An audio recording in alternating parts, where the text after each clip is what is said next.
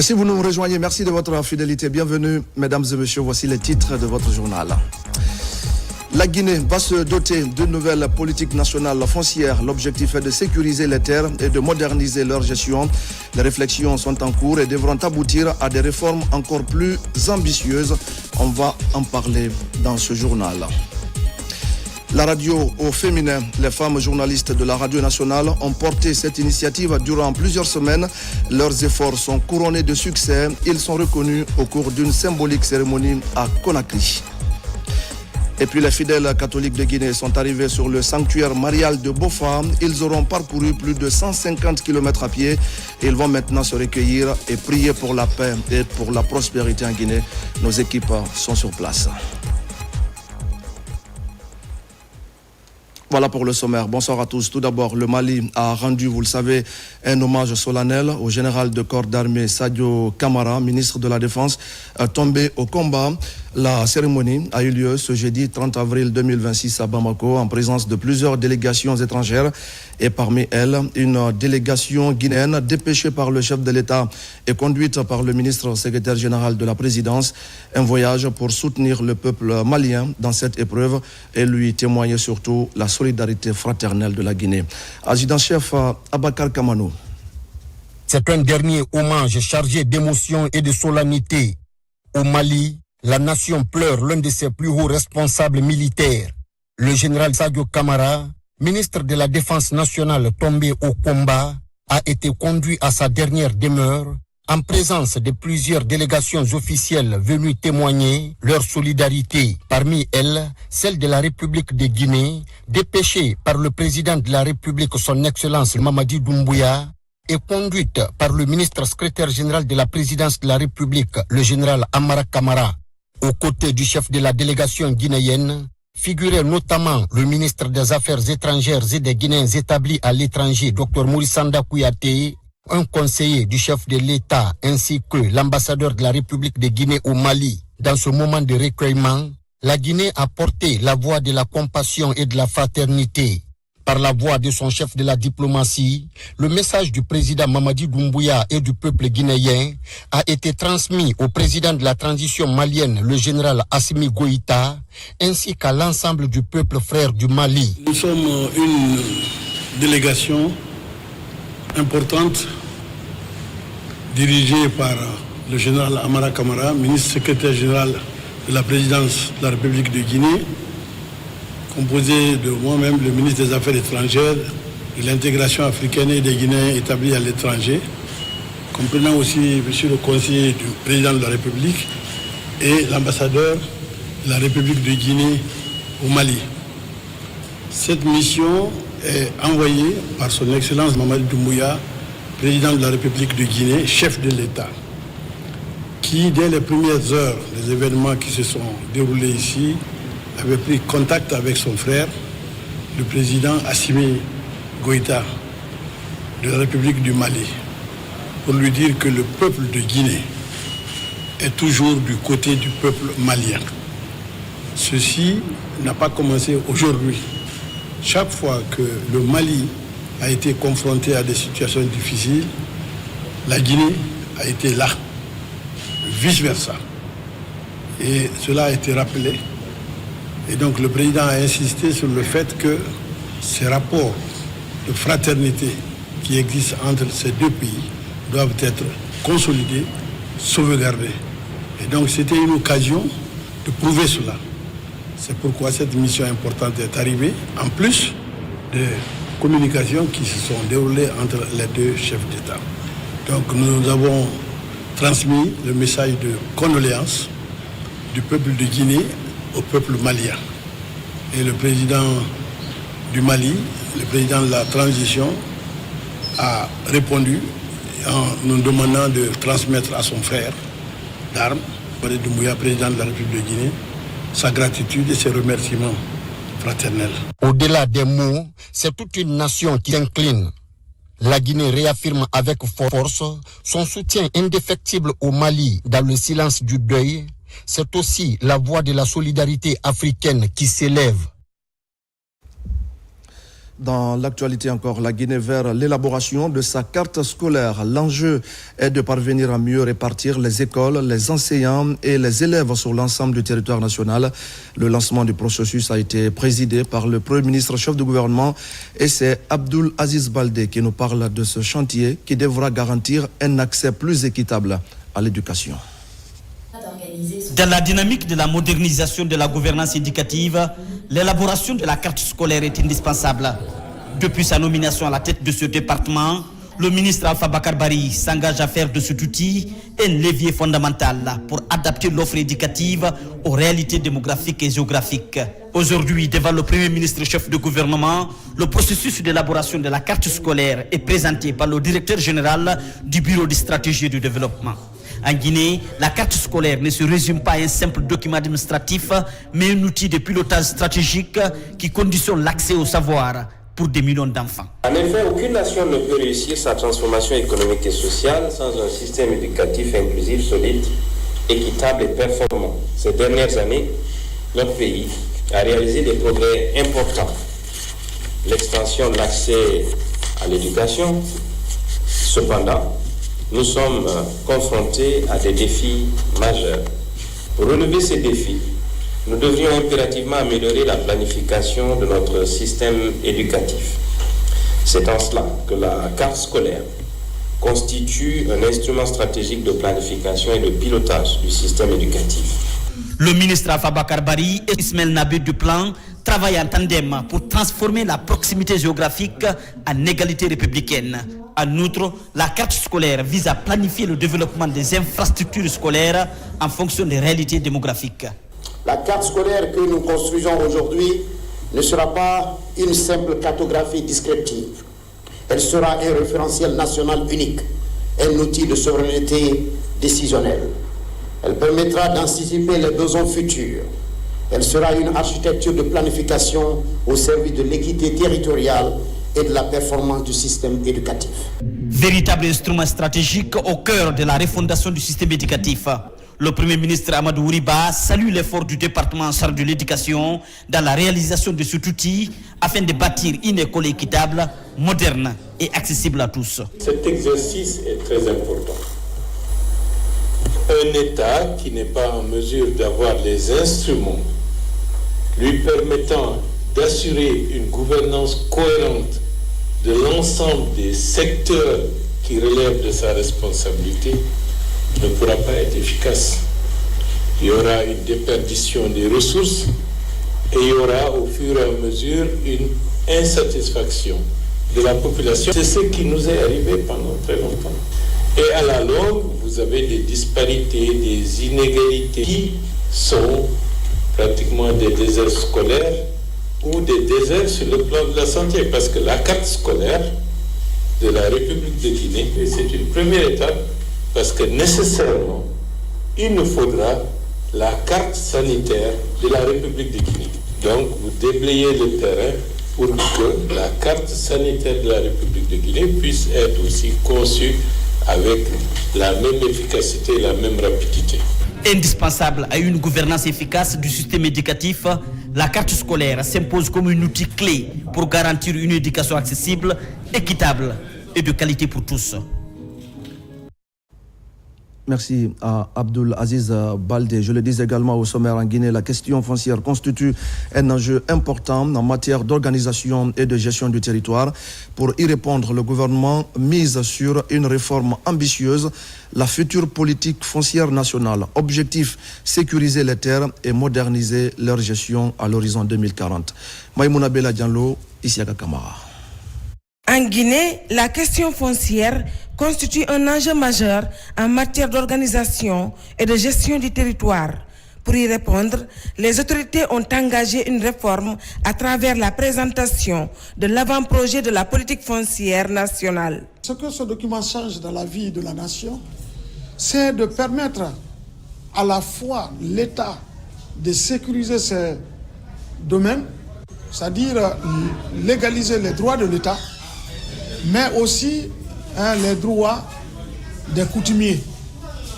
Ceux qui disposent des domaines au niveau des collectivités n'ont pas accès au titre c'est 80%, sauf erreur de ma part, du territoire guinéen est aujourd'hui occupé par des riverains qui, malheureusement, peinent à avoir des documents légaux leur permettant de jouir leurs droits sur leur propriété. La future politique foncière nationale décline plusieurs actes d'intervention.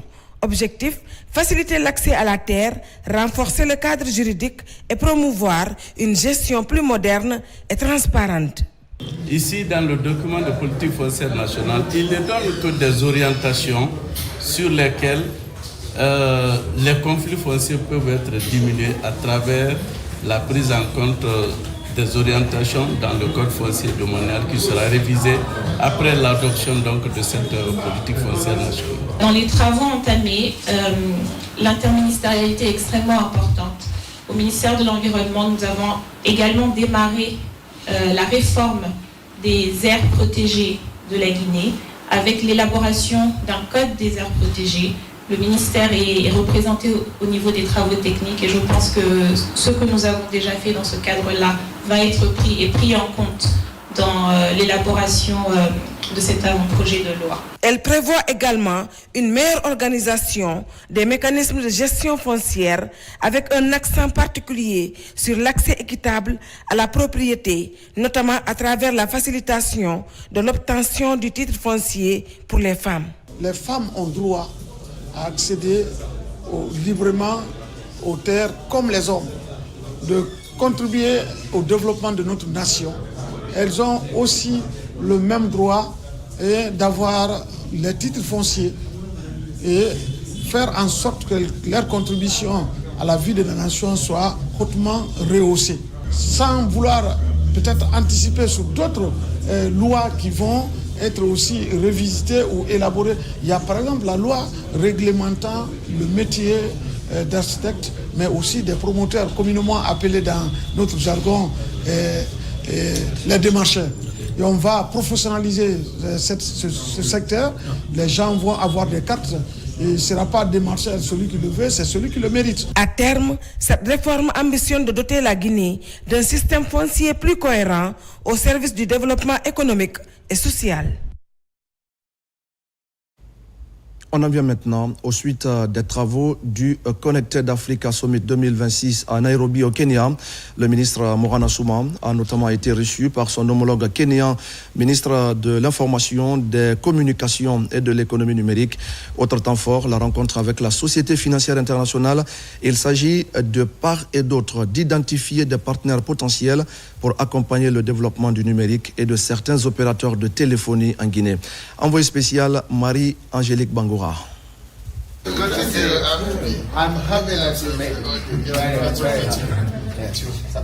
Dans la continuité des échanges qu'il a engagés ces derniers mois, le ministre Morana Souma est en visite à Nairobi. Invité par son homologue kenyan, William Kabungo Gitaou, il poursuit des discussions stratégiques déjà amorcées. Cette rencontre dans la capitale kenyane ouvre un nouveau chapitre de la coopération africaine dans le domaine du numérique. Seul, on va plus vite, mais ensemble, on va plus loin. C'est ce qui nous anime, mon homologue guinéen et moi, car nous avons plusieurs projets en commun, surtout dans le numérique. Dans cette perspective, chacun ira puiser dans les bonnes pratiques de l'autre. La porte est désormais grande ouverte pour la Guinée. D'ailleurs, nous sommes en voie de signer un protocole. Pour les étapes prochaines, nous devons développer un partenariat stratégique avec le Kenya, qui est un pays très avancé dans le cadre de la transformation numérique. Parmi les éléments les plus importants de cette transformation, nous avions le développement des paiements digitaux à travers Equity Bank, qui est une forme de digitalisation des paiements pour la population exclue des opérations de banque classique. Nous avions des plateformes qui sont développées également dans ce pays. Nous avions également des unités de production d'équipements numériques tels que les fibres optiques qui sont produites localement par des sociétés de droit kenyans. Donc la Guinée va se servir de cette pratique à travers le partenariat que nous allons établir entre ce pays et la Guinée pour capable transcrire les bonnes pratiques de ce pays en Guinée et vice-versa. Au cours de leur séjour, la délégation guinéenne s'est également rendue à la Société financière internationale, IFC, branche du groupe de la Banque mondiale dédiée au secteur privé. Cette institution travaille en étroite collaboration avec le gouvernement kényan pour attirer et mobiliser des investissements. Face aux responsables de l'IFC, le ministre Mourana a dressé un état des lieux du secteur des télécommunications en Guinée. Il a notamment évoqué la situation de Guinée Télécom et d'Ariba, mettant en avant les défis et les opportunités du marché. On a pas mal d'expérience en aidant des pays à privatiser leurs télécommunications, et là on est très près et on a très envie d'aider le Guinée sur ce qu'il veut faire avec les deux compagnies de télécommunications qui existent mais qu'ils veulent privatiser. La présence de la Guinée à Nairobi s'inscrit pleinement dans la dynamique de transformation numérique du continent, en s'inspirant notamment de modèles réussis comme celui du Kenya. Elles ont tenu pendant plusieurs jours la plume et imposé leur style aux différentes éditions d'information. Les femmes journalistes de la radio nationale ont célébré ce jeudi leur succès, mais surtout leurs efforts pour informer les auditeurs. Reportages, éditions spéciales, débats sur des questions diverses.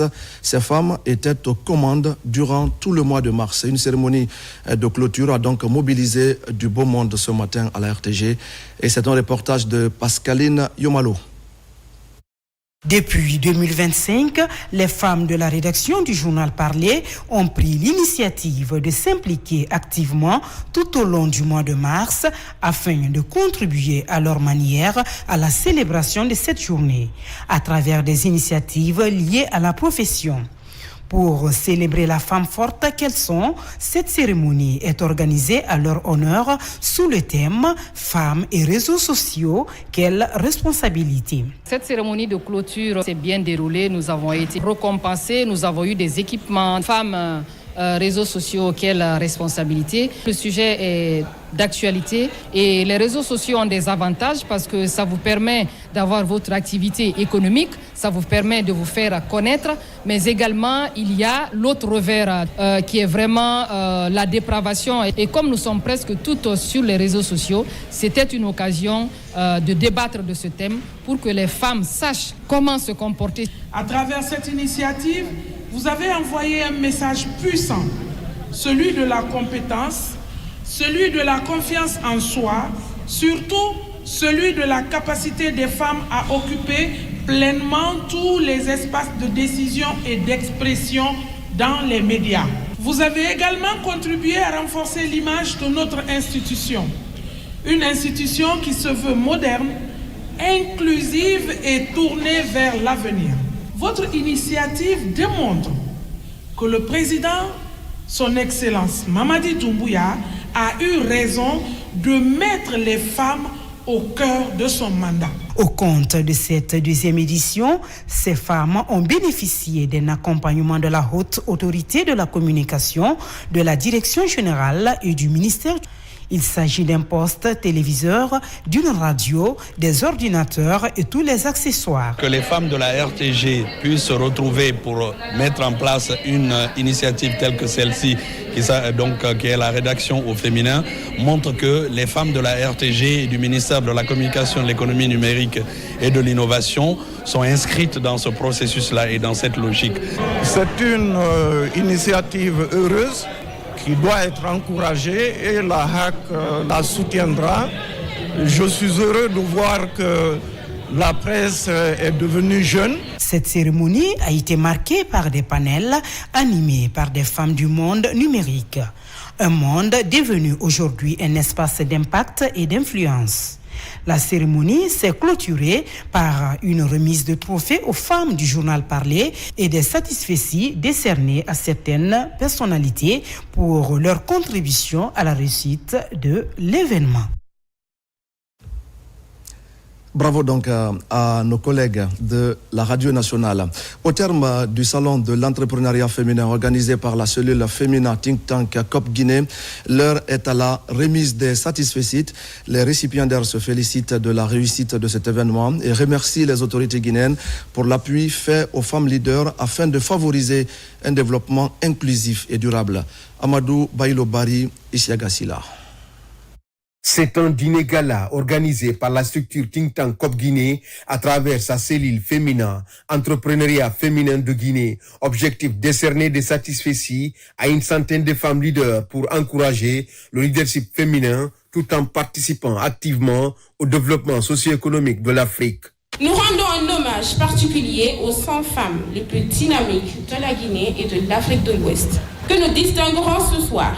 Vos parcours sont des sources d'inspiration, vos succès sont des victoires collectives et votre engagement est une lumière pour les générations futures.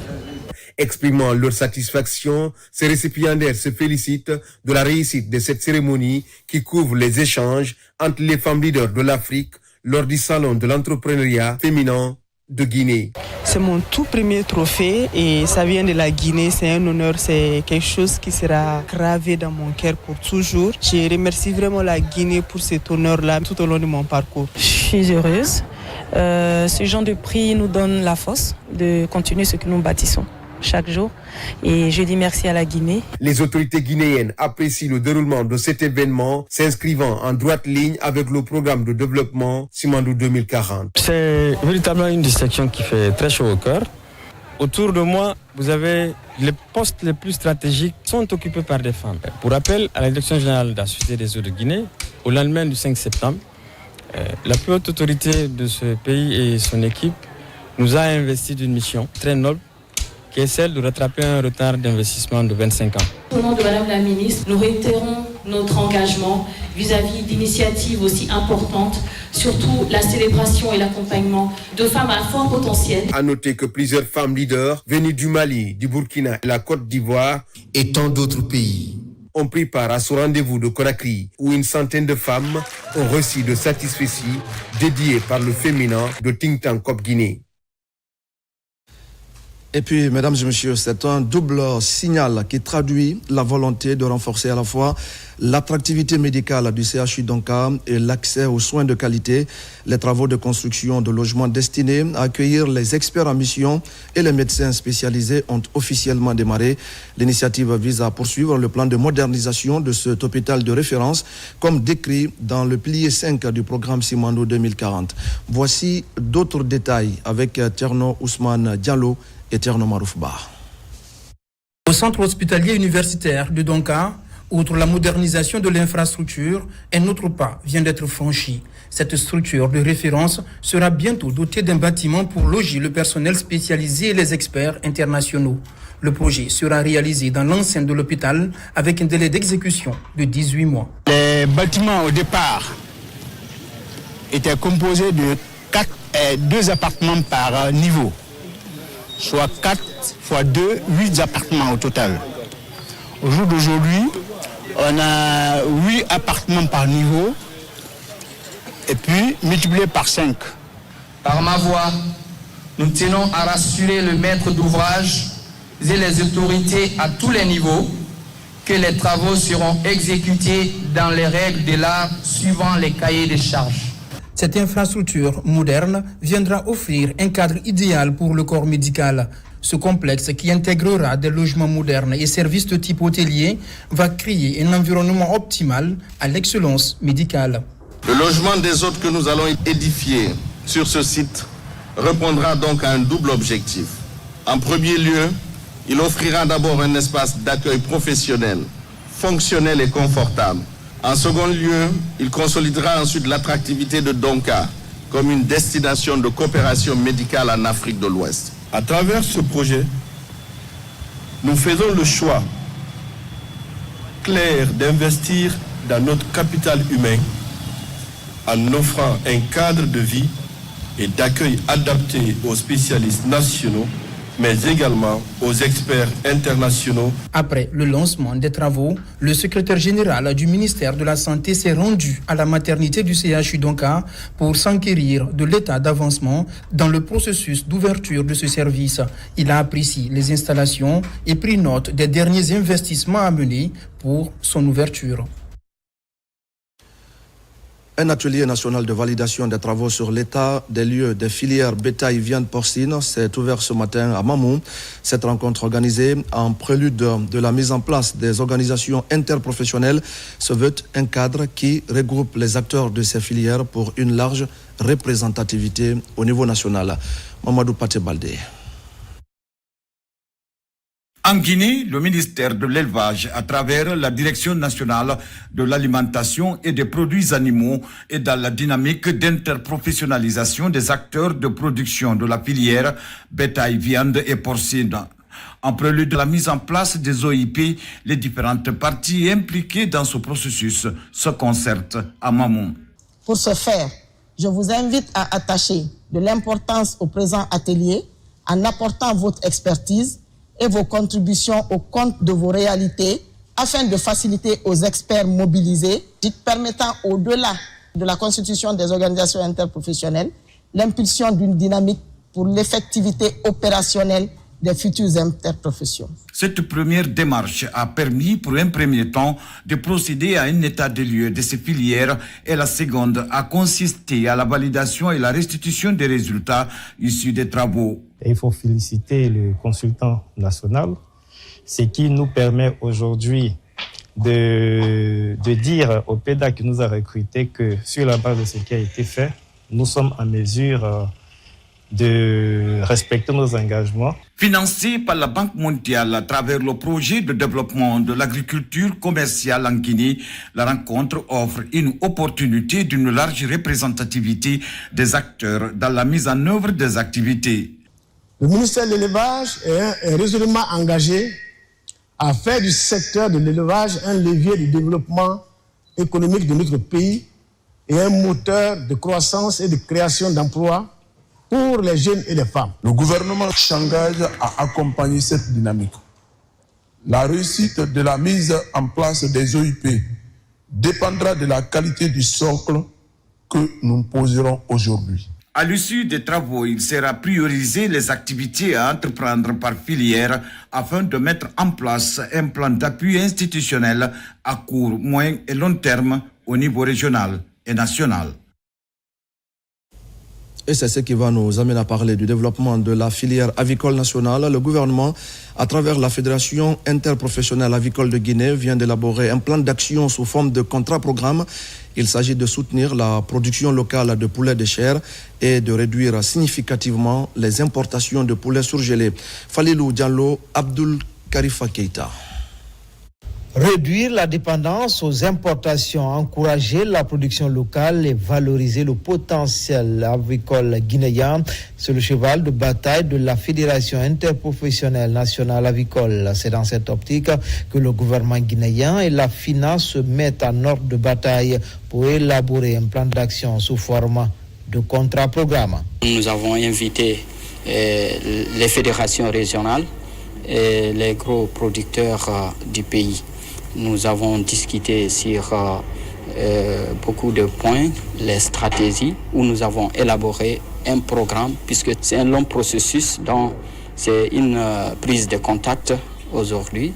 Nous allons multiplier ces heures de rencontres pour avoir un document vraiment fiable que nous allons présenter à notre ministère pour en faire usage. L'idée de soutenir la production locale de poulets de chair et réduire de façon significative les importations de poulets surgelés, d'où l'importance de cette rencontre dite stratégique. Consécutivement à l'invitation qui avait été faite par M. le ministre il y a 2 semaines, où il nous a présenté un document contenant un plan quinquennal du développement de cette sous-filière chair.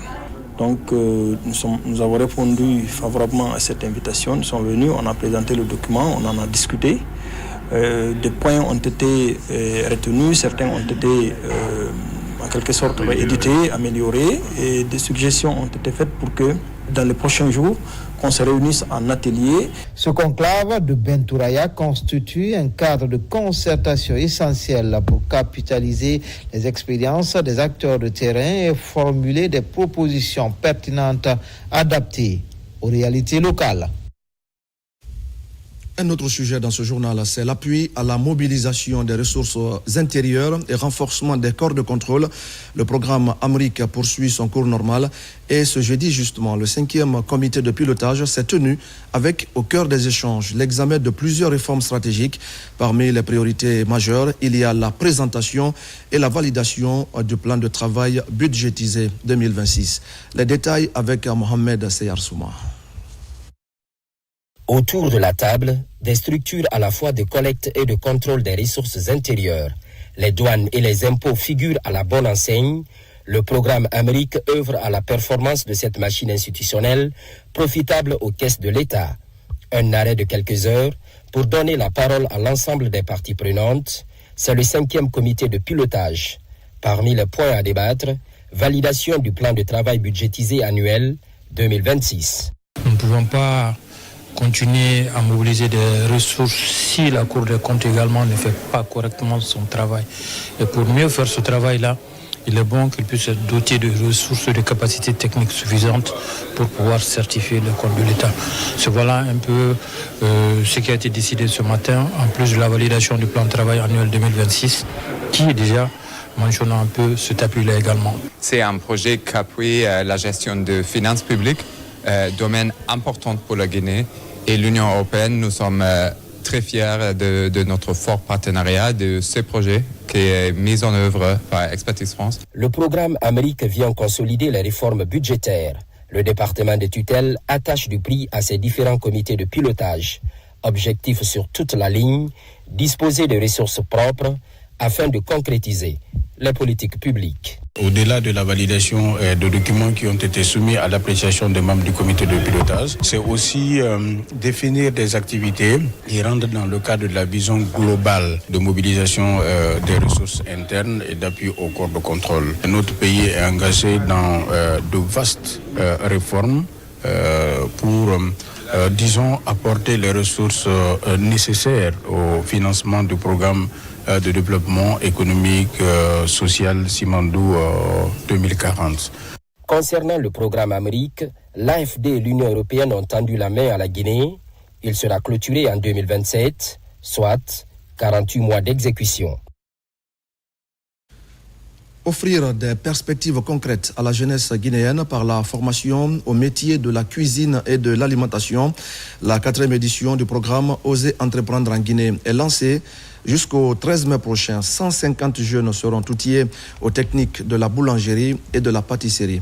Tcherno Maroufba, Mohamed Saliou Bangora. Ils viennent de Ratouma, Matoto ou encore Kaloum, avec un rêve commun, devenir des patrons de demain.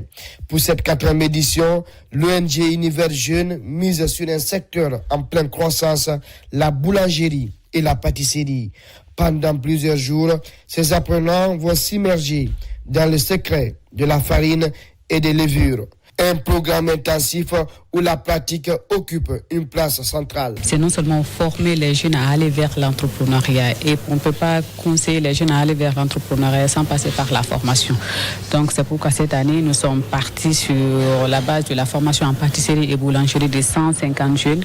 C'est vrai qu'on va apprendre beaucoup de recettes, beaucoup de techniques qui n'existaient pas en Guinée avant, mais en même temps aussi de mettre beaucoup de lumière pour fabriquer la première matière qu'on utilise dans une pâtisserie. Cette initiative bénéficie du parrainage institutionnel de la Direction nationale des petites et moyennes entreprises. Cet accompagnement reste une priorité stratégique pour booster l'économie locale. Nous avons décidé, en termes de contribution majeure pour la réussite de cet événement, de les inviter à tenir l'activité dans nos locaux afin de contribuer au maximum à travers la mise en relation de leurs participants à la Corporation nationale de boulangers-pâtissiers de Guinée. Au-delà de la formation, les meilleurs candidats s'affronteront pour le Grand Prix, le chef, une distinction qui les ouvrira les portes pour des stages professionnels et les offrira des équipements de cuisine dans le but de lancer prochainement leur propre activité. C'est une véritable immersion au cœur du dispositif sécuritaire de la Haute-Guinée. L'inspecteur général des forces armées guinéennes vient de boucler une visite de terrain dans la région de Kankan, des postes frontaliers les plus reculés aux unités urbaines. Général de brigade Sena Kamara a évalué l'opérationnalité des troupes et le maillage sécuritaire dans cette partie du pays. Adjudant Abdul Kader Kamara, correspondant de la presse militaire.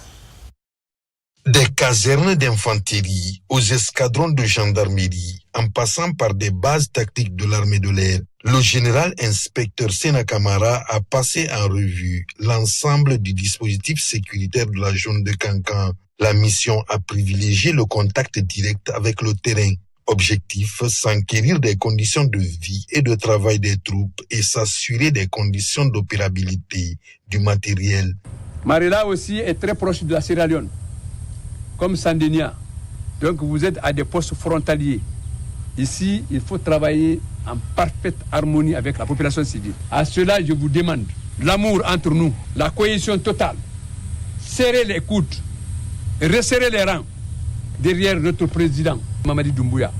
Cette tournée a conduit la délégation à Sigiri, Kouroussa, en passant par les zones minières de Lero, Sigirini, aux compagnies d'infanterie de Daboula, Dingirai, Marela, jusqu'aux confins des frontières avec la Sierra Leone, le Mali, le Sénégal et la Côte d'Ivoire. Point d'orgue de cette reconnaissance, le poste de surveillance de Koudaya, dans la sous-préfecture de Sandenia. Dans cet avant-poste stratégique, les personnels ont reçu les instructions fermes opérationnelles de la hiérarchie militaire orientée sur la vigilance interfrontalière et la protection de l'intégrité territoriale. C'est une satisfaction si les chefs se déplacent pour venir s'enquérir des réalités sur le terrain. Ça nous encourage et ça nous donne encore davantage à renforcer le travail qu'on est en train de faire sur le terrain. Au jour d'aujourd'hui, la sécurité de Koudaya est garantie. Cette mission d'envergure nationale est loin de son épilogue. Dès les prochains jours, l'inspection générale mettra le cap sur les 2e et 1res régions militaires du pays. Et pendant ce temps, le ministère de la Pêche et de l'Économie maritime, à travers le Centre national des sciences halieutiques de Boussoura, mise sur la fiabilité des chiffres. À la direction, le bulletin statistique annuel de la pêche et de l'aquaculture 2025 est soumis à validation. L'enjeu est de disposer d'informations fiables et actualisées pour mieux orienter les politiques publiques et renforcer la gouvernance dans ce secteur. Al-Gassi Mouba pour ce reportage. À Conakry, experts, cadres techniques et partenaires du secteur halieutique se retrouvent autour d'une même ambition, approuver le bulletin statistique annuel de la pêche et de l'aquaculture pour l'exercice 2025. Un rendez-vous stratégique pour un secteur qui pèse lourd dans la sécurité alimentaire, l'emploi et l'économie nationale. De la pêche artisanale à la pêche industrielle, en passant par la pêche continentale et l'aquaculture, toutes les données collectées durant l'année 2025 sont passées au peigne fin. Le bulletin statistique constitue un outil puissant sur lequel s'appuient nos autorités pour non seulement guider leurs décisions, mais également définir les axes stratégiques du secteur de la pêche. Ce document, une fois produit et publié, est exploité même au-delà de nos frontières. Cette rencontre technique permet ainsi de donner un caractère officiel au bulletin statistique avant sa diffusion nationale et internationale.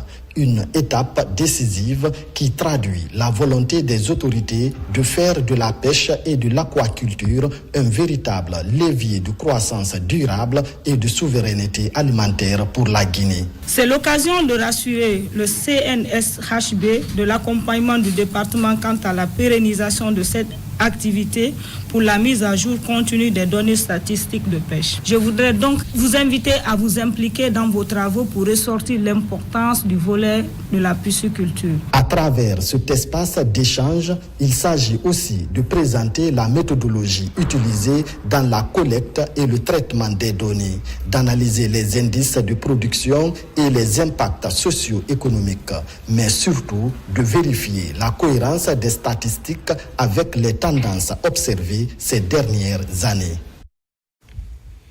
On en vient maintenant à la mise en œuvre des objectifs de développement durable. La Guinée se distingue comme un modèle. En l'espace de 3 ans, notre pays élabore son 3e rapport national volontaire. Cet important document sera présenté devant les Nations Unies au mois de juillet prochain. Mamadou Saliouba. Pour le bien-être de sa population, la Guinée est pleinement engagée dans la dynamique mondiale de mise en œuvre des objectifs de développement durable. Une étape clé vient d'être franchie avec le lancement des travaux d'élaboration du 3e rapport national volontaire destiné à évaluer les progrès accomplis. C'est suite au succès que notre accord a connu aux Nations Unies, au siège des Nations Unies en 2024 à New York, que nous avons été invités par les Nations Unies à encore élaborer et à mettre à jour ce document en élaborant un nouveau rapport de mise en œuvre des ODD cette année. Classé parmi les pays les plus engagés dans la mise en œuvre des ODD, la Guinée s'apprête à présenter son rapport d'évaluation devant les Nations Unies en juillet prochain. En 2 ans seulement, la Guinée a été choisie une fois encore pour présenter les objectifs de développement, les réalisations qui ont été exécutées dans notre pays, dans le cadre de l'habitat, dans le cadre de la santé, dans le cadre de l'environnement, dans le cadre du social. Tout cela, la Guinée a fait une amélioration extrêmement importante. Tous ces éléments rentrent en droite ligne dans la vision du chef de l'État, son excellent le président Mamadi Doumbouya. Et le fait que la Guinée présente de nouveau un rapport volontaire dans un forum mondial qui est les Nations Unies, où on parle de développement, on ne parle pas seulement de conflit aux Nations Unies, montre le dynamisme du pays, montre son engagement. Et nous allons, les systèmes des Nations Unies, mais pas seulement nous, tous les partenaires au développement, on est vraiment engagés pour appuyer le gouvernement à réaliser cette vision. Pour accélérer cette dynamique, la Guinée a intégré les objectifs de développement durable dans ses politiques publiques. Parmi les priorités, l'accès à une éducation de qualité, la lutte contre la faim, l'amélioration du système de santé et le renforcement du bien-être social. Dans l'actualité encore, la préfecture de Farana vient d'accueillir la 38e édition du forum sous-régional Kayana. C'est une rencontre basée sur l'unité et le développement communautaire. Les délégations venues de toute la Guinée et des pays voisins ont pris part à cet événement qui marque l'attachement profond à la culture dialonké et aux valeurs de solidarité. Ibrahima Oulien Fofana. Le forum sous-régional Kayana date de 38 ans. Il se tient chaque année pour promouvoir la cohésion sociale et le développement communautaire à travers des contributions. Ici, dans le district de Betaya, situé à 51 km de la ville de Farana, plusieurs pays comme le Libéria, la Sierra Leone, le Burkina Faso, le Mali, le Sénégal et la Côte d'Ivoire sont au cœur de cette communion. Permettez-moi, au nom de monsieur le sous-préfet de Ramakono et au nom de toutes les populations mobilisées et debout ici pour vous accueillir avec respect et enthousiasme, vous souhaitez la bienvenue et un excellent séjour. Votre présence parmi nous est plus qu'une visite officielle. Et c'est un sentiment de satisfaction pour moi d'être parmi eux aujourd'hui, de vivre cet événement et de pouvoir passer le message du chef de l'État, le président de la République Mamadi Doumbouya, le message de paix, la cohésion sociale. Cette 38e édition du forum régional organisé par l'ONG Kayana est marquée par la présence des fils et filles de la localité. Ici, la promotion des valeurs culturelles est mise en avant et surtout le renforcement des liens entre les communautés. Le mouvement là, ça m'a beaucoup attiré. Bon, j'ai vu des choses sur le terrain, je n'ai jamais vu d'abord. Après ici, je serai par exemple le messager en un mot de dire à nos parents, nos proches, de toujours chercher à renforcer la cohésion. Notre objectif, c'est la promotion de la paix, la culture sociale, mais aussi le développement dans le pays et dans le monde entier. Cette rencontre a connu la présence de toutes les régions naturelles du pays. Une retrouvaille couronnée par la remise des contributions des villages et des invités pour financer des projets locaux comme la construction des écoles ou encore des routes du village hôtes.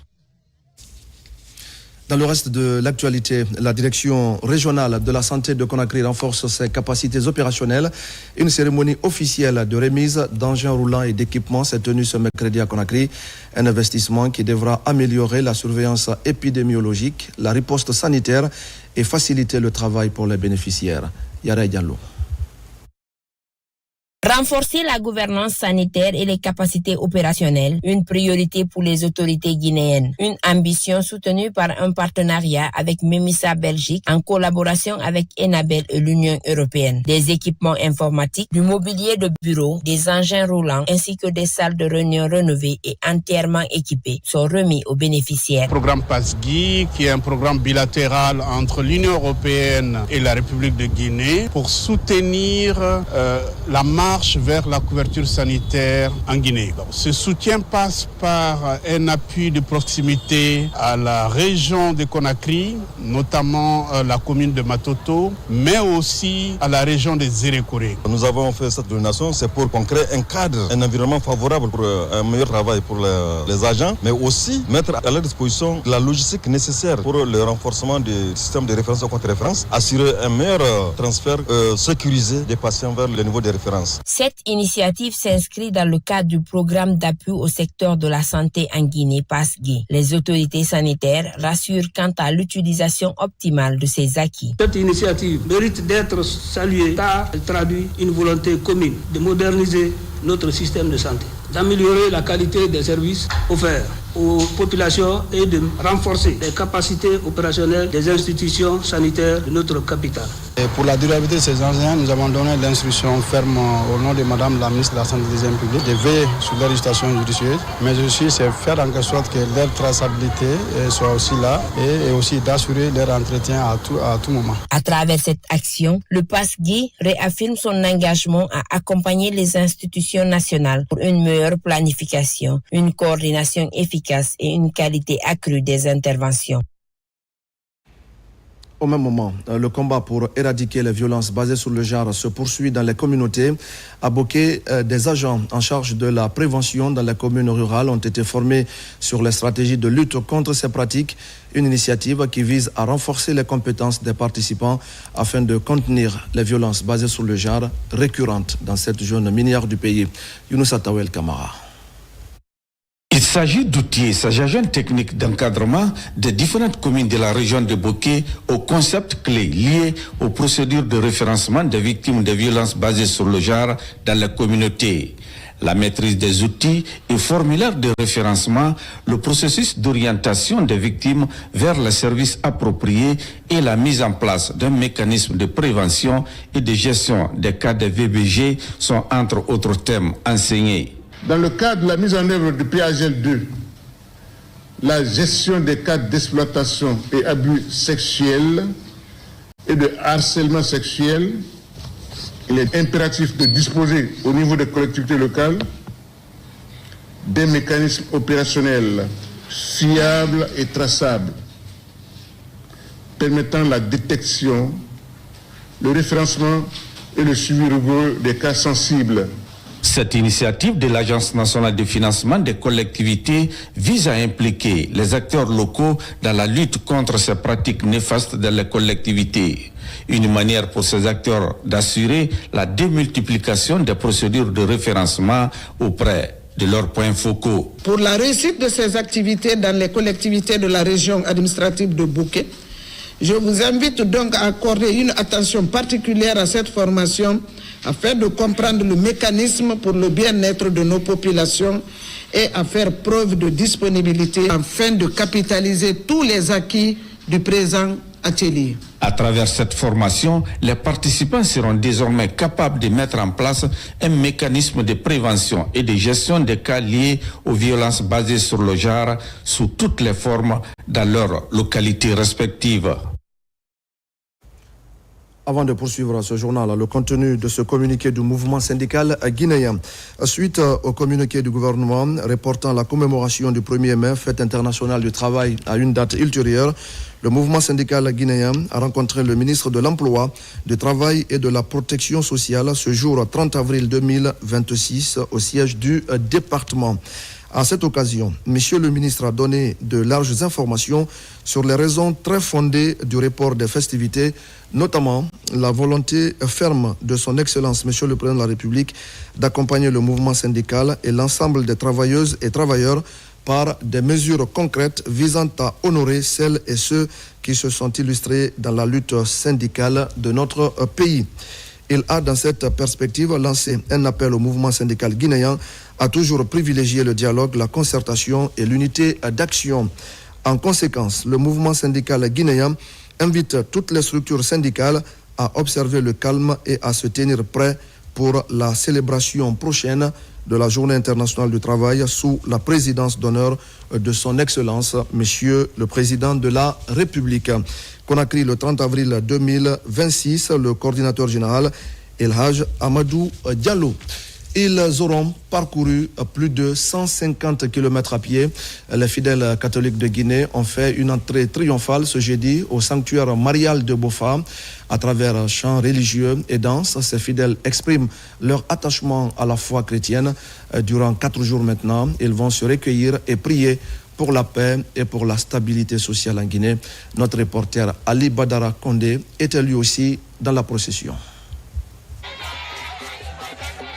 Après avoir fait près de 150 km de marche entre Dubrika et Bofa, les pèlerins marcheurs font leur entrée triomphale ce jeudi sur la terre sainte de Bofa. Venus des 5 diocèses du pays, ces pèlerins catholiques sont unis par une même foi à la suite du Christ. Autour de la grotte du sanctuaire marial, l'endroit où doit se tenir le déroulé des activités du pèlerinage. Ces pèlerins sont prêts à poursuivre leurs rituels religieux dans la pénitence et la foi catholique. J'ai dit, cette fois-ci, il faut que je marche. C'était le premier engagement pour beaucoup de choses, pour mes enfants, mon mari, moi-même. J'ai pris l'engagement de prier au cours de la route pour que Jésus fasse en aide. Bofa pour nous, c'est la terre d'espérance, c'est la terre d'hospitalité, terre d'accueil. Et voilà, et le sens évangélique de l'accueil s'exprime aussi par les autorités locales. L'arrivée des pèlerins sur le site du sanctuaire marial engage fidèlement ces croyants à entamer leur démarche de foi dans la prière pour enfin obtenir Dieu. Entre chants de louanges et méditation, les pèlerins célèbrent l'aboutissement de leur parcours. Vous savez que nous nous acheminons vers les 150 ans de catholicisme en République de Guinée. Donc ça fait toujours plaisir que les peuples et les religions se retrouvent ensemble, la main dans la main. À l'occasion, une messe est dite pour ouvrir officiellement ce pèlerinage de Bofa 2026. Un moment fort de recueillement et de communion entre les fidèles. Nous sommes heureux d'arriver là, de pouvoir participer à ce pèlerinage de Bofa dans le cadre de l'ouverture de l'année jubilaire des 150 ans de notre évangélisation. Nous rendons grâce à Dieu, à l'Atantou, car c'est Dieu qui nous permet de réaliser tout cela. Nous ne pouvons rien faire sans Dieu. Cette cérémonie est aussi mise à profit par le clergé pour inaugurer le nouvel hôtel construit pour la célébration prochaine des messes. Consommation de la drogue en milieu scolaire. Les autorités guinéennes viennent de présenter les résultats d'une enquête nationale auprès des inspecteurs régionaux de l'éducation. C'est une étude réalisée dans 194 établissements et auprès de 4000 jeunes âgés de 15 à 18 ans. Elle vise à mieux cerner l'ampleur du phénomène afin d'orienter les politiques de prévention. On fait le point avec Sona Sagnon. L'Institut itinérant de formation et de prévention intégrée contre la drogue et autres conduites addictives, IFPIDCA, est actuellement en tournée à l'intérieur du pays.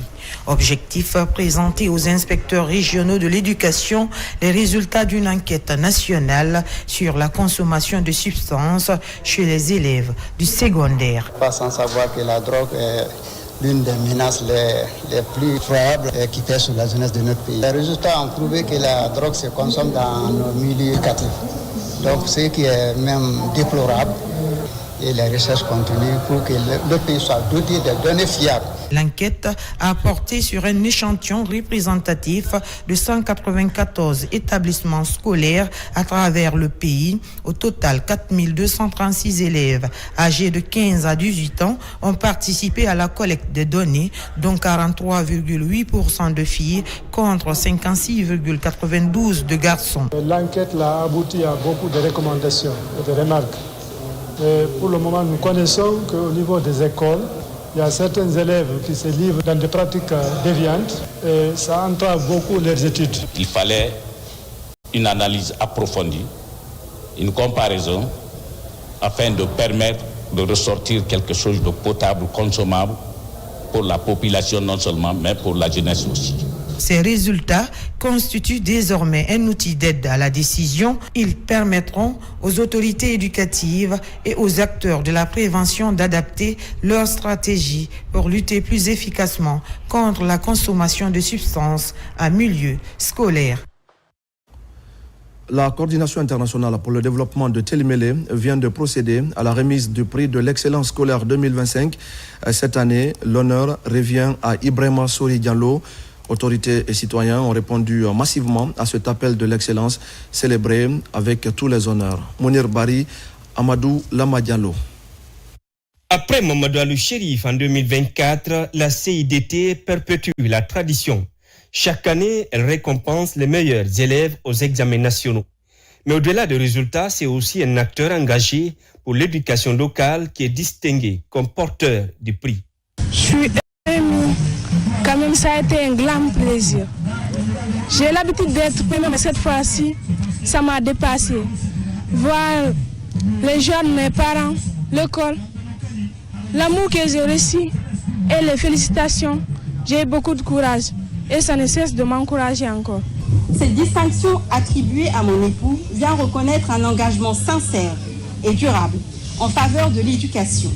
Un engagement que j'ai eu le privilège de voir se construire au fil des années, avec conviction, humilité et persévérance. Ibrahima Sori Diallo, porteur du prix 2025, n'est pas un inconnu.